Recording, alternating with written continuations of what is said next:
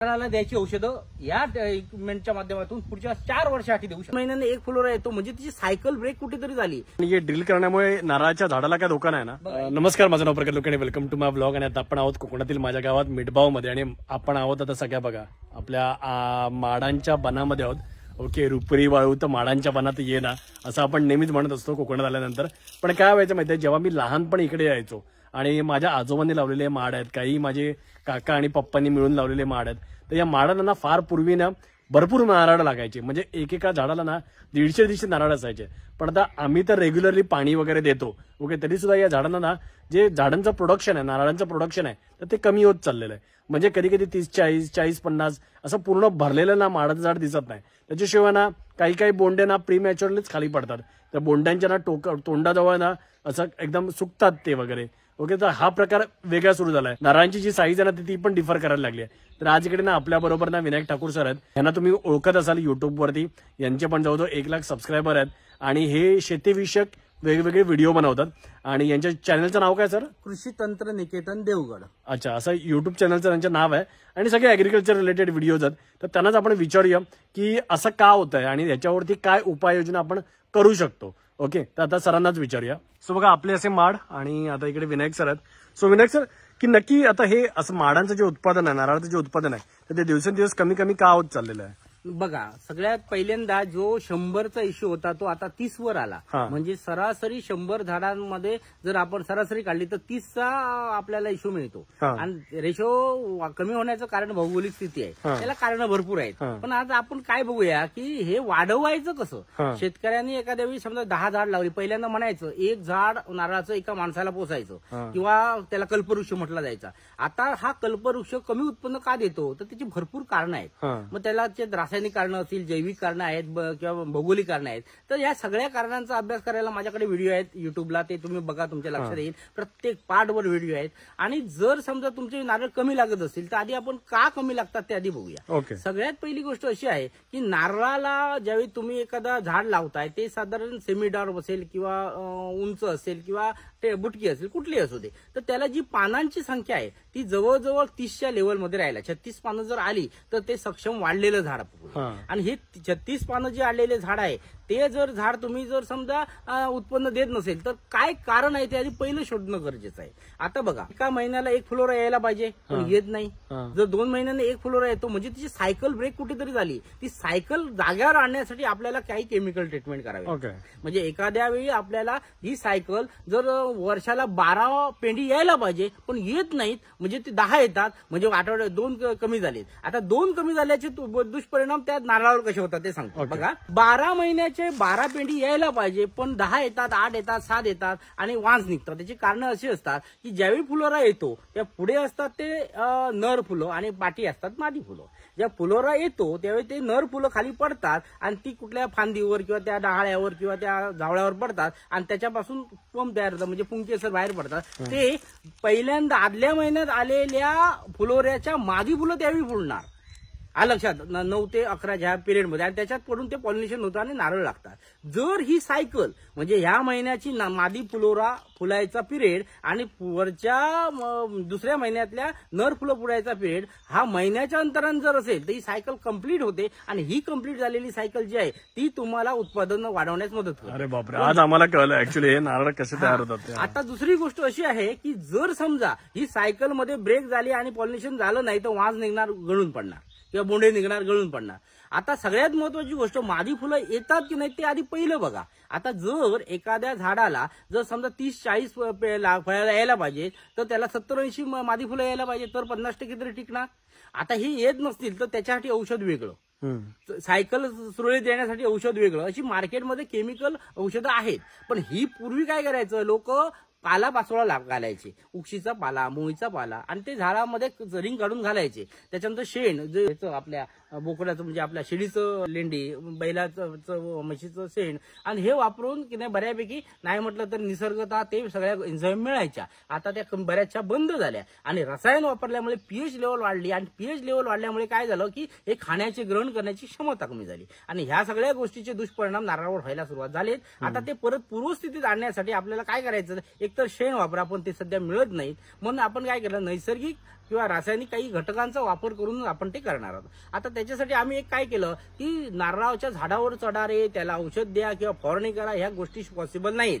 सध्या माणूस मिळत नाही. मग यासाठी आम्ही एक इक्विपमेंट काढलंय आणि त्याला म्हणतो आपण स्टेम फीड. आणि हे केरळवाल्यांचं स्टेम फीड आहे. ते जर समजा तुम्ही नारळाच्या बुंद्याला लावलं तर नारळाला फुलोरा न येणे, वांज येणे, एरिओफाइट माइंड, कोळी रोग, बारीक होणं, ना काय जी अडचणी आहेत त्या कंट्रोल करू शकतो. कधी कधी असं असतं की तुमचा एखादा नारळ मरतोय, म्हणजे उभ्याची उभं झाड मरतोय, 10 वर्ष वाढलेलं, 15 वर्ष वाढलेलं, आणि मग आपल्याला वाईट वाटतं. मग ते मरू नये म्हणून आपण जर अगोदर ट्रीटमेंट दिली तर, कारण जसे आता रोग इतके भयानक वाढलेले आहेत, त्या किडे इतके भयानक वाढलेले आहेत की ते लागवड भरपूर झाल्यामुळे हे मोठ्या प्रमाणात आहेत आणि ते अटॅक करणारच. पण ते होऊ नये म्हणून आपण या जोगे जर स्टेम फीड मध्ये जर औषध दिलं तर 24 तासात त्या भुंग्याचाही कंट्रोल करू शकतो. सर मग आता बघूया आपण एक कशा प्रकारे औषध देणार ते. हा, ते आपण आधी बघूया म्हणजे तुमच्या लक्षात येईल नेमकं काय आहे तो विषय. ओके, चला सुरुवात करूया.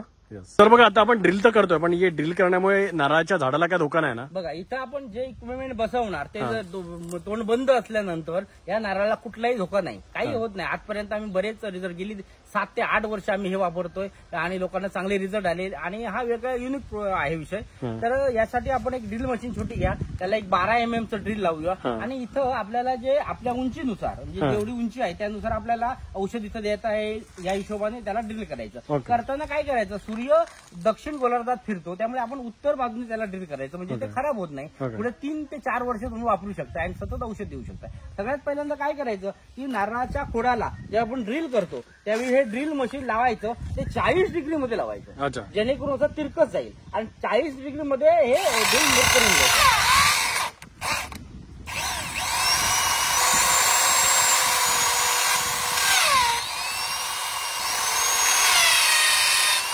अच्छा, झालं. पण आता हे ड्रिल आपण केलंय काय, आता ड्रिल केल्यानंतर हे जे इक्विपमेंट आहे ते तो विषय असा येतो की हे बघा, हे कोको फीड म्हणून एक आहे आणि दुसरं आहे ते स्टीम फीड म्हणून आहे. म्हणजे केरळवाल्यांचं आहे आणि एक महाराष्ट्राचं आहे. तर आपण हे स्टीम फीड जे अशा स्वरूपात येतं इक्विपमेंट, आणि हे ज्यावेळी तुम्ही आतमध्ये बसवणार काय अशा स्वरूपात. Okay okay. म्हणजे हे इक्विपमेंट काय करतं, 10 ml औषध घेणार आणि ते तुम्ही अशा पद्धतीने जेव्हा बसवणार आणि त्याला ठोकणार, तेव्हा ते परत रीट पाठी येणार नाही आणि कुठल्या प्रकारचा रोग आणि आजार होणार नाही. आता त्याला हे झाकण असं लावलं की सगळं बंद झालं. Okay okay. आता याला पुढे औषध कसं द्यायचं, तर पहिली गोष्ट अशी आहे की ज्यावेळी आता हे आपण कसलं औषध देतोय सर? आता हे न्यूट्रिशन देतो, म्हणजे झाडाला सूक्ष्म अन्नद्रव्याच्या माध्यमातून जर काय अडचण होत असेल तर ती दे. आता आपण आधी अभ्यास करायचा की नेमकं काय अडचण आहे, त्यानुसार आपण द्यायचं. या झाडाची सायकल आणि बोंडे कमी लागत आहेत, त्यामुळे आपण मायक्रोन्यूट्रिएंट्स देतो. आणि हे जवळजवळ 40 प्रकारची जवळ याच्यात अन्न घटक आहेत, वेगवेगळे एन्झाईम आहेत आणि ते ऑर्गॅनिक परत आहे. त्यामुळे याचा रंग जर बघितला तर तुम्ही काळा असणार. तर हे आपण एन्झाईम असं सिरिंज मध्ये घ्यायचं, एक मार्केटमधून 10 ml ची पिचकारी आणायची आणि ती आपल्याला याच्या माध्यमातून द्यायचं आहे. ओ अच्छा, एवढं सोपं आहे. आता जी अडचण आहे झाडाची ती ते औषध द्यायचं की विषय संपला, झाकण लावायचं आणि बंद करायचं.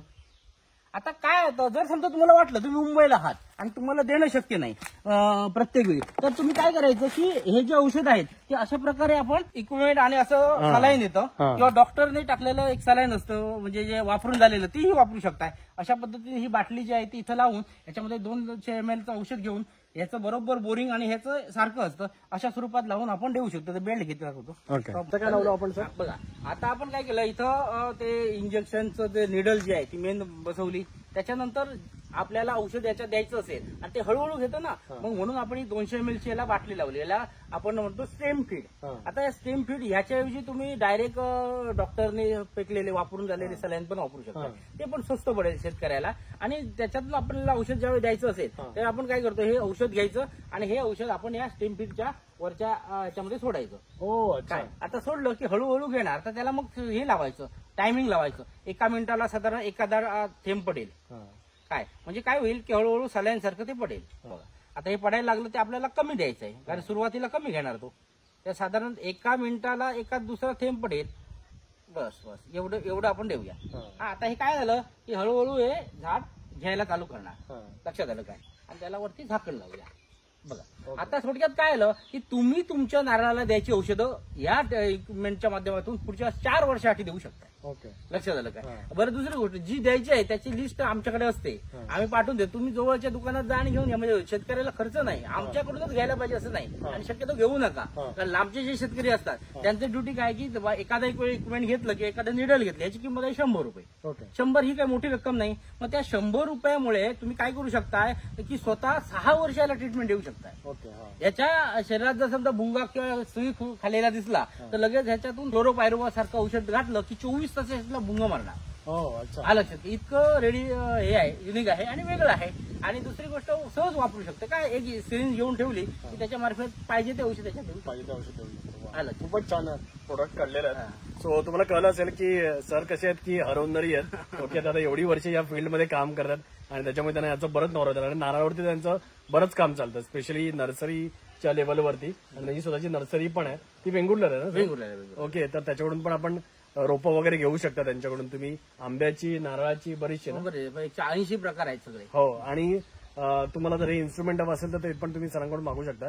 सरांचा नंबर तुम्हाला मी डिस्क्रिप्शन मध्ये देतो, तिकडे सरांना कॉल करा आणि त्याच्यासाठी तुम्ही इन्क्वायरी करू शकता. कृषी तंत्र निकेतनच्या युट्यूब चॅनलला गेलाय तुम्ही की तुम्हाला त्याच्या डिस्क्रिप्शन बॉक्समध्ये आमचे विक्रेत्यांचे आहे, कारण मी सगळे नंबर मी घेत नाही. आमचे जे कोण पाठवणारे आहेत तुम्हाला पोस्टाने तर त्याचे नंबर असतात. त्याच्यात सुधाकर सावंत असतील, निलेश असतील, भार्गव असतील की आणखी कोण. मग त्यांना फोन केला की नाही की ते तुम्हाला घरपोच बायपोस्ट पाठवून. ओके. सो कळत ना, कृषी तंत्र निकेतन जे युट्यूब चॅनल आहे ना, तर त्याची लिंक मी देतो डिस्क्रिप्शन मध्ये. त्याच्यावरती क्लिक करा, तुम्ही युट्यूब चॅनलला जा आणि त्याच्यावरून तुम्ही हे सगळं बाय करू शकता. ओके. सो तुम्हाला हा व्हिडिओ कसा वाटला? काहीतरी एक युनिक पद्धत आहे नारळाला औषध देण्याची, तर तुम्हाला ती आवडली का? तुम्हाला याच्याबद्दल काय, तुम्ही याच्याबद्दल काय विचार करता, तर ते पण मला कमेंट करून नक्की सांगा. आणि जर हा व्हिडिओ आवडला असेल तर प्लीज लाईक करा, शेअर करा आणि आपल्या चॅनलला सबस्क्राईब करून बेल बटन दाबा. धन्यवाद.